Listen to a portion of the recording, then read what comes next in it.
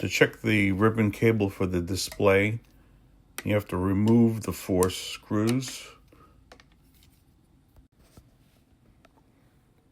Pull it straight off, and then you want to hold down the 4 clips in the corner to pull this free. Turn this around and pull it loose.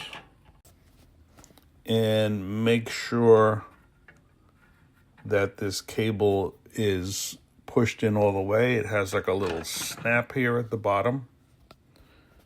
Then when you're done, you want to thread the ribbon through here again. It looks like that.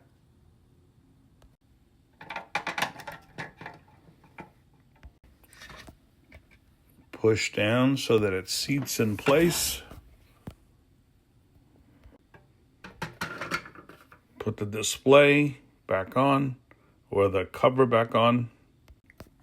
Flip it over and push down until it locks into place. Like that. Like that.